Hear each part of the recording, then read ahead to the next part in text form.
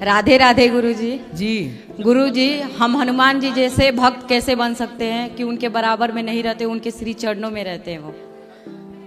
हनुमान जी पर्वत लेके उड़ते हैं, आपको भी उड़ना है ऐसे? नहीं ओ गुरुजी, उनके जैसा हृदय निर्मल, उनके जैसा भक्त कैसे बन सकते हैं? सत्संग करिए और सेवा करिए उनकी बढ़िया। भगवान हनुमान जी की सेवा, भगवान की सेवा करते करते हनुमान जी जैसे तो ठीक है, लेकिन हनुमान जी की कृपा से सब कुछ संभव है। भगवान जी कृपा करें तो सब हो जाए।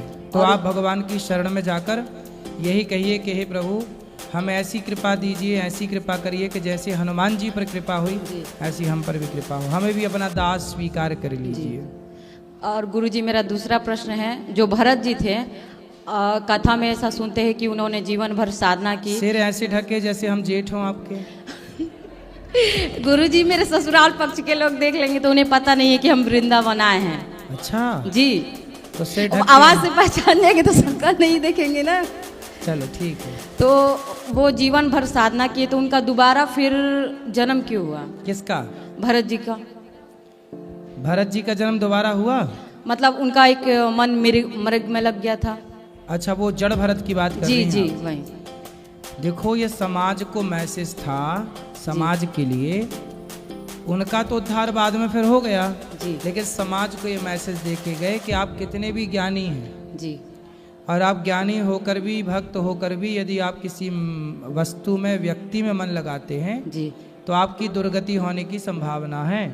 जी। लेकिन उन्होंने भक्ति की, उसका फल ये मिला कि तीसरा जन्म फिर मनुष्य का मिला और उन्होंने अपना कल्याण किया, उनको मौका भी तो मिला। तो आपको और हमारे लिए मैसेज है कि हम लोग मरते समय भगवान का चिंतन करें और अपने समय का दुरुपयोग न करें। जी। और गुरुजी, हमारे पति मांस मछली खाते हैं, वो आपको लाइव देख रहे हैं, आप उनसे कुछ कह दीजिए। हम लड्डू गोपाल आज लेकर जाएंगे और उनकी सेवा करना है। तो कहाँ है पति देव आपके? वही सामने वाले आश्रम में है।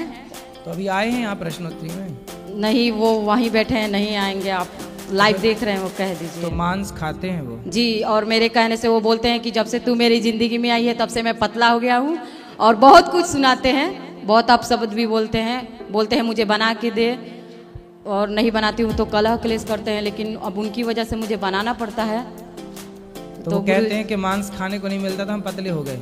हाँ, वो बोलते हैं कि मतलब तू ऐसा बोलती है, तो नहीं पहले बना। मोटे थे अब तो उनको मोटा होना। अब उनके माता पिता भी बोलते हैं ऐसे ही कि ये सब खाया करो।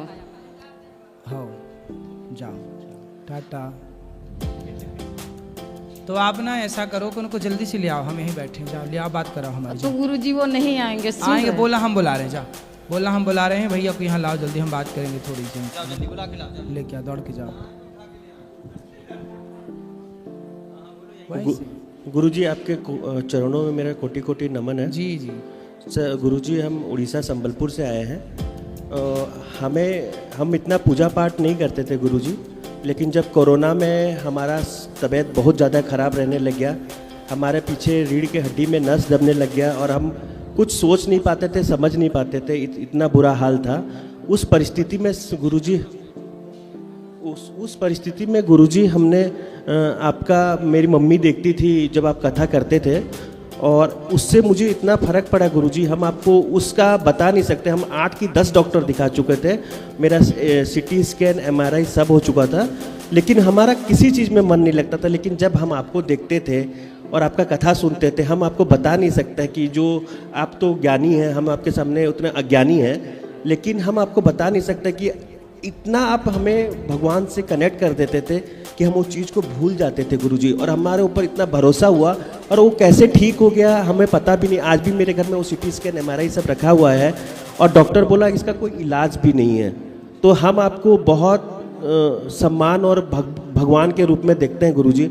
और आप रायपुर आए भी थे, और हमारे साला साहब जो है कन्हैया बाजारी, आप रायपुर आए थे तो छत्तीसगढ़ आ रहे हैं फिर से। हाँ हाँ, तो बसंत भैया जो है वो भी हमारे साले साहब हैं, आप आए थे वहाँ पे जब उनको बुलाए थे।